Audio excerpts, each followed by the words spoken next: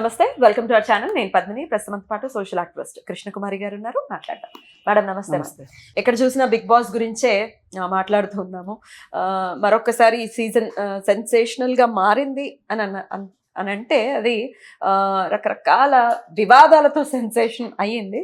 ఎండుకు వచ్చాక ఇంకా సెన్సేషనల్ అయిపోయింది. ఎందుకంటే స్టూడియోకి కొన్ని వేల మంది వచ్చేయటము, కారు అద్దాలు పగలగొట్టడము, ఖచ్చితంగా ప్రశాంతే విన్నవ్వాలి, విన్నవ్వకపోతే మా తడాకా ఏంటో చూపిస్తామని బాహాటంగానే రకరకాల కమెంట్స్ చేసేయటం ఈ కామన్ పీపుల్. వీటన్నిటిని అసలు ఒక సోషల్ యాక్టివిస్ట్గా ఎలా చూస్తారు మేడం?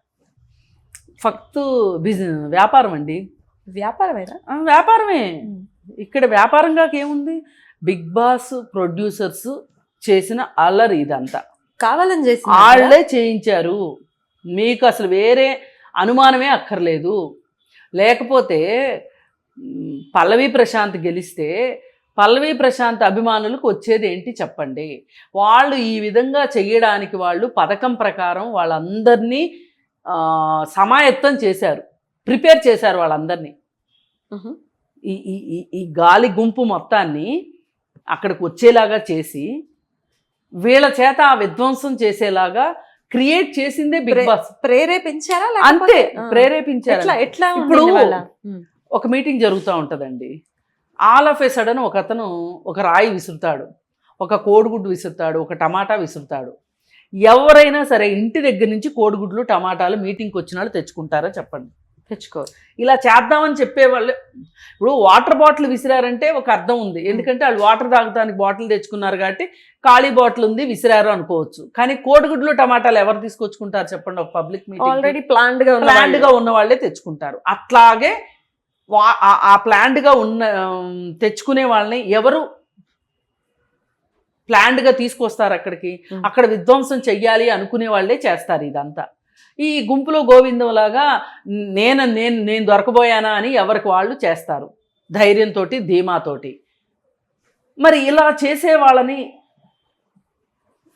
తయారు చేసిన వాళ్ళది తప్ప, తయారైన వాళ్ళది తప్ప? ఇద్దరిది తప్పే, నేను కాదనట్లా. కానీ ఎక్కువ ఎవరిది తప్పు అంటే తయారు చేసిన వాళ్ళదే తప్పు. ఈ మొత్తం వల్ల లాభం వచ్చేది వాళ్ళకి కాబట్టి వాళ్ళు చేయించారు. ఇదేమన్నా గాంధీజీలాగా స్వాతంత్ర సంగ్రామమా? ఆయనే చేయించాడు అనడానికి? ఆయన ఎంత బాధ్యుడో, ఆయన ఎంత మంచి పని చేశాడో, ఆయన పిలుపు విని వచ్చిన వాళ్ళు కూడా అంతే మంచి పని చేశారు. అందుకని అక్కడ మనం ఏమన్నా అనడానికి లేదు. అది ఒక మంచి పని కాబట్టి. ఒక స్వార్థపూరితమైన పని గురించి మనం పొగుడుతామా చెప్పండి? ఇప్పుడు మీరు పొగుడుతారా, నేను పొగుడుతానా? ఇలాంటి పని చేయించింది ఎవరు? మా టీవీ నిర్వాహకులు, అలాగే Bigg Boss producers, Bigg Boss యాజమాన్యమే ఇదంతా చేయించింది. అసలు పైగా వాళ్ళు లాస్ట్ సీజను ఆదాయం చాలా తక్కువ ఉందని చెప్పి అసలు నిజంగా నెక్స్ట్ సీజన్ ఉండదు అనుకున్నాం. కానీ నెక్స్ట్ సీజన్ పెట్టారు. పెట్టేటప్పుడే వాళ్ళు తెలివిగా ఏం చేశారు అంటే ఈసారి సీజన్లో టాస్కులు, విపరీతమైన టాస్కులు. ఫస్ట్ సీజన్ నుంచి ఇప్పటిదాకా టాస్కులు నీచ స్థాయికి దిగజారుతూ ఉన్నాయి. దిగజారి ఇప్పుడు ఈసారి వచ్చిన టాస్కులు మరీ దారుణంగా ఉన్నాయి. అయితే దారుణంగా ఉండి ఇక్కడ జరుగుతున్న దాని గురించి చాలా ఉత్సుకత రేపారు సమాజంలో, చూసేవాళ్ళల్లో. రేపి ఎక్కడి దాకా తీసుకెళ్లారంటే దీన్ని, ఇక్కడ ప్రెగ్నెన్సీ టెస్టులు చేస్తారు అనే ఒక వదంతిని బయటికి తీసుకొచ్చారు. జనరల్గా చేస్తారు, ఎంటర్ అయ్యేటప్పుడు చేస్తారు, ఆడవాళ్ళకి చేస్తారు, మధ్యలో కూడా చేశారు అని. ఎంటర్ అయ్యేప్పుడు చేస్తే పెద్ద విషయం కాదు, మధ్యలో చేశారంటే ఏంటి అర్థం? ప్రెగ్నెన్సీ ఇక్కడ వచ్చిందనే కదా అర్థం.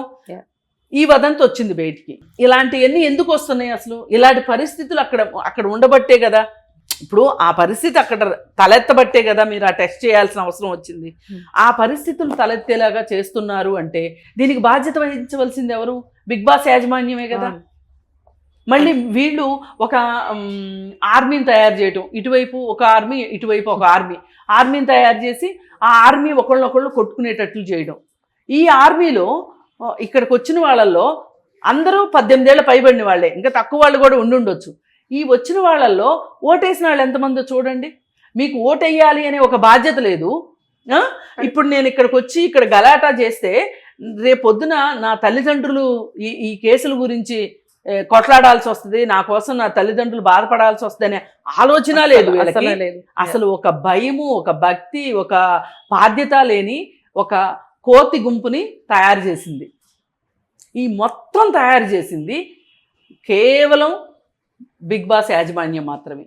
మరి బిగ్ బాస్ యాజమాన్యానికి లాభం ఏంటి అంటే, సీజన్ల మీద సీజన్లు వీళ్ళు ఇలా చేసుకుంటూ వెళ్తుంటే ప్రతి సీజన్కి వాళ్ళకి లాభాలు వస్తాయి. వాళ్ళ ఛానల్ ఏ ఛానల్లో అయితే అది వస్తుందో ఆ ఛానల్ మారుమోగిపోతుంది. ఆ ఛానల్ టీఆర్పీ రేట్లు పెరుగుతాయి. టీఆర్పీ రేట్లు పెరిగితే ఏం జరుగుతుందో మీకు తెలుసు, డబ్బులు వస్తాయి. ఇలాంటప్పుడే ఈ ఛానల్లో వాటాలు అమ్ముకుంటారు. వాటాలు అమ్ముకుని డబ్బులు చేసుకుంటారు.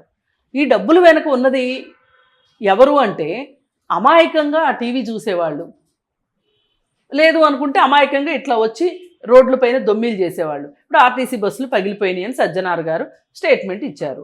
2 కార్లు పగిలిపోయినాయి అని వాళ్ళు ఇన్సూరెన్స్ క్లెయిమ్ చేసుకున్నారు పోలీస్ స్టేషన్లో కంప్లైంట్ పెట్టి. అసలు ఇప్పుడు ఇన్సూరెన్స్ కంపెనీకి ఏంటి సంబంధం దీంతో? వీళ్ళ వ్యక్తిగత బాధ్యత లేదా అక్కడికి వెళ్ళి గొడవల్లో ఇరుక్కోవటానికి? వీరికి కార్లు వేసుకోకుని వెళ్ళారు కదా. ఇలాంటి పరిస్థితుల్లోకి వెళ్ళినందుకు అసలు ఆ కార్లకు ఇన్సూరెన్స్ ఇవ్వనేకూడదు. ఎవరు ఇవ్వాలి అంటే ఇన్సూరెన్స్ రావాల్సిందే వాళ్ళకి. కానీ ఆ డబ్బులు మాటీవీ యాజమాన్యం నుంచి, బిగ్ బాస్ యాజమాన్యం నుంచే వసూలు చేయాలి.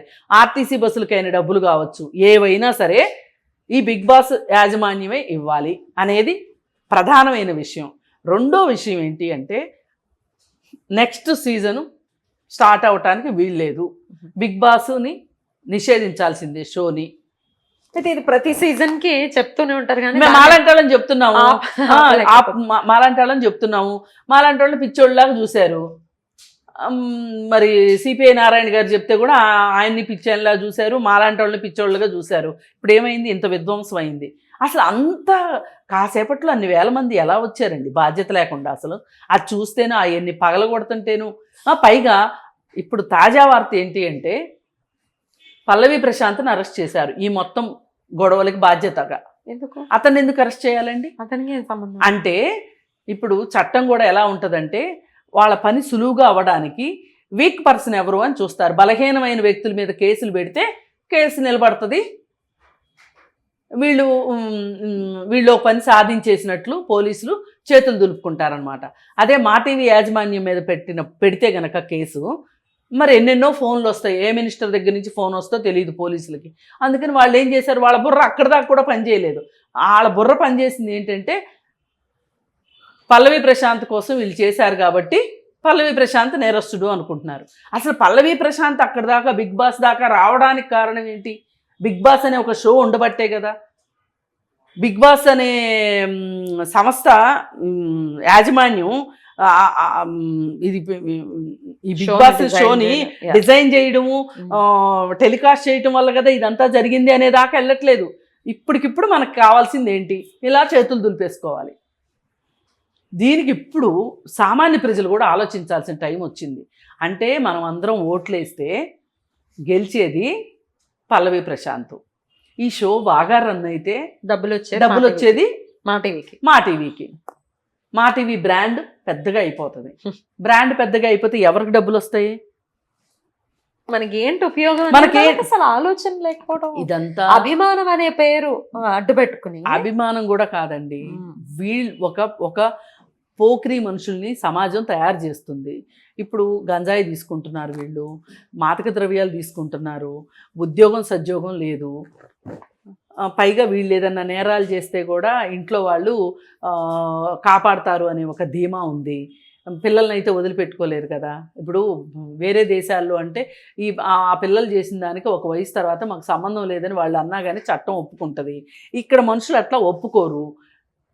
ఎంత కాలమైనా కానీ మన గుప్పెట్లోనే మన పిల్లలు ఉండాలి. వాళ్ళు మంచి చేస్తేనేమో మన గొప్పతనం, చెడు చేస్తే ఎవరికీ తెలియకుండా గుట్టు చప్పుడు కాకుండా జాగ్రత్త చేసుకున్నాం. ఈ మనస్తత్వం ఉండటం వల్లనే పిల్లలు కూడా నేరస్తులు అవుతున్నారు.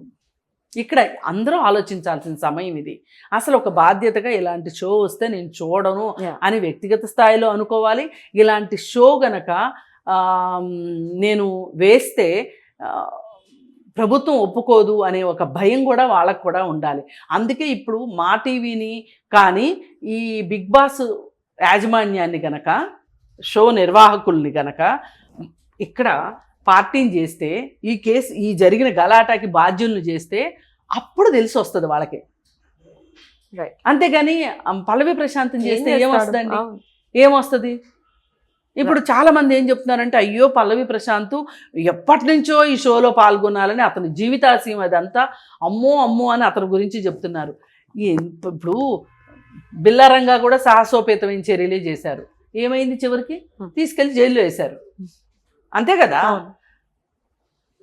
అందుకని ఈ ఈ విషయం పట్ల ఒక అనార్గనైజ్డ్ యూత్ ఎవరైతే ఉంటారో, ఉద్యోగం సద్యోగం లేకుండా గాలికి తిరిగే యూత్ ఎవరైతే ఉంటారో, వాళ్ళు ఇలాంటి సందర్భాల్లో వాళ్ళ విశ్వరూపం చూపిస్తున్నారు.